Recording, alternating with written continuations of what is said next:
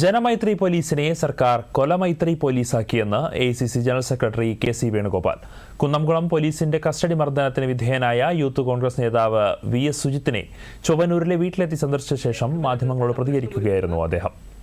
അതിനുവേണ്ടി പോലീസിനെ ഉപയോഗിക്കുന്ന മുഖ്യമന്ത്രിയാണല്ലോ. പക്ഷെ ഞങ്ങൾക്ക് അറിയേണ്ട കാര്യമുണ്ട്, ഈ പോലീസ് ഉദ്യോഗസ്ഥന്മാരെ ഒരു നിമിഷം പോലും സർവീസിൽ തുടരാൻ അർഹതയില്ല. സർക്കാർ എന്താ ചെയ്യുന്നത് ഞങ്ങൾ നോക്കാൻ പോവാണ്. ഇക്കാര്യത്തിൽ സർക്കാരിൻ്റെ നിലപാടെന്താണെന്ന് അറിയണം.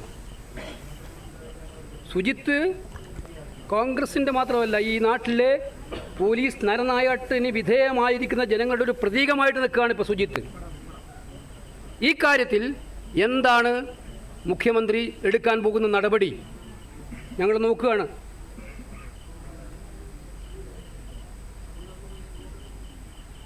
സത്യത്തിൽ ജനമൈത്രി പോലീസ് എന്ന് പറഞ്ഞു തുടങ്ങി കൊലമൈത്രി പോലീസ് ആക്കിയിരിക്കുകയാണ്.